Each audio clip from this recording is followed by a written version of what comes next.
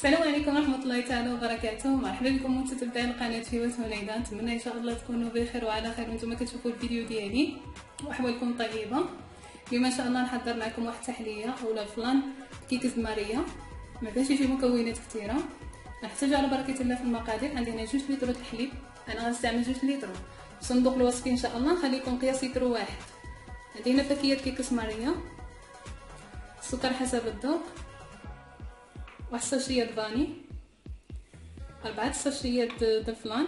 انا توفر عندي هذاك وخاضه، واذا توفر عندكم اي فلان، توفر عندكم تشينو ايديال اي فلان استعملوه. انا توفر عندي وخاضه، علاش استعملت وخاضه. بالنسبه للكراميل عندي هنا 4 معالق كبارين سكر سنيده و2 معالق كبارين د الماء. خليكم معايا نشوفوا طريقه التحضير ان شاء الله. اول حاجه غنبدا بها نمد ديك السكر و2 معالق د الماء باش نعمل الكراميل ديالي. غنعملو على بوطه. دابا الحليب ديالنا عملناه في واحد كاسرونه، غنعمل فيها ديك الفلان ديالي.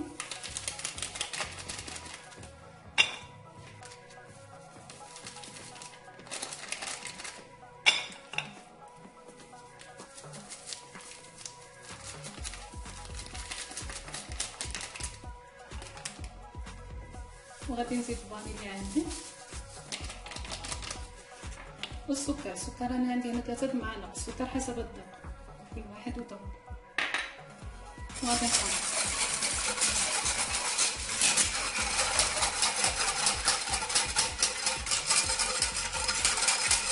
صافي من بعد ما درت السكر غنعملو على البوطه باش يسخن، وانا كنحرك حتى يغلي لي الحليب.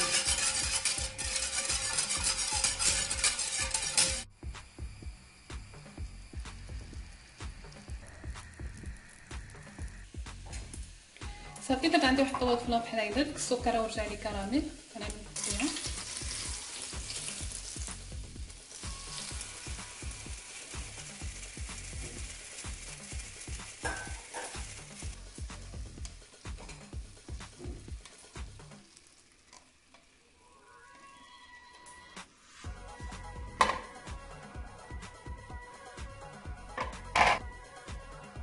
دابا كناخذ خلاط كهربائي غنعمل فيه هاد الكيكس ديالي.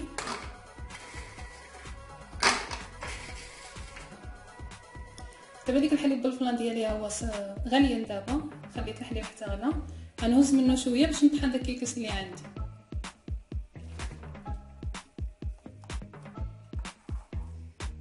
غير شويه، غير شي تطحن لنا كيكس وصافي يتخلط لنا مزيان مليح.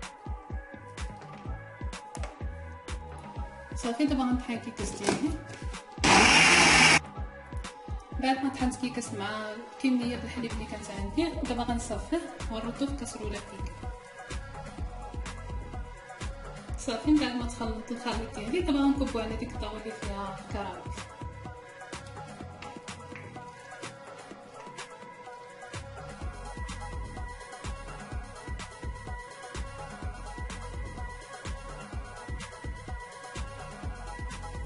دابا التحليه ديالي غنخليها شي نص ساعه المكانه حتى يخرج من الركو كامل. عاد ندخلوها للثلاجه نحسبوا لها 5 ساعات ونعاود نطلقوا ان شاء الله. التحليه ديالي من بعد ما خرجتها من الثلاجه كتجي على شكل هذا. نتمنى ان شاء الله تجربوها وتعجبكم. هاد التحليه كتجي غزاله بكيكس ماريا. اذا عجبكم فيديو اليوم ما تنساوش تخليو لي جيم. والسلام عليكم ورحمه الله تعالى وبركاته. تنوصفه اخرى وفيديو اخر ان شاء الله.